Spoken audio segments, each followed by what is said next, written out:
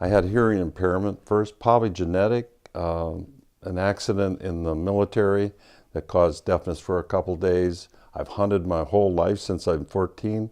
I was in the rock and roll business for 6 years. So somewhere in there I did some damage. Several males in my family have hearing impairment, and that was what I started with.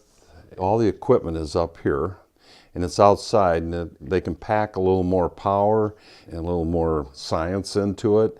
Maybe picks up the sounds better, and then of course it transmits down along this wire into a little speaker right here. The other kind is ear in the canal, and that's very popular. And that's what I started with.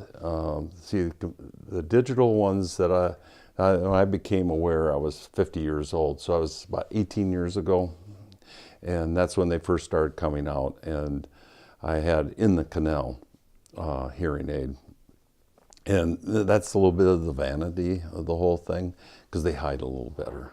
Some of it I didn't miss because I had never experienced, but my wife will tell you that the first time I ever had hearing aids, I came home, went outside. She was sitting outside on the porch there.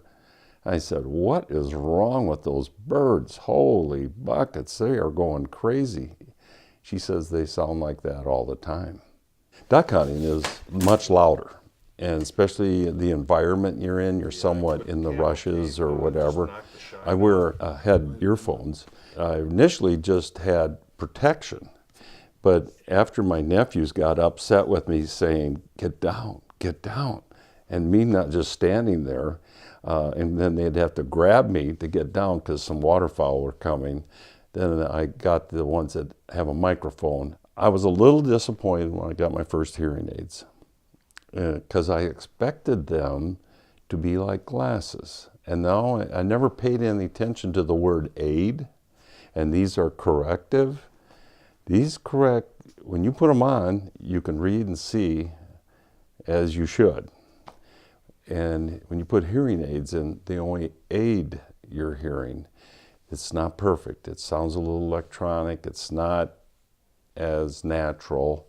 It's not perfect, and it has those drawbacks, but it does really, it's worth it. I always tell people, you're going to get hearing aids. If you're having any problem whatsoever, you'll get over that 30 days, you'll really enjoy your life a lot more.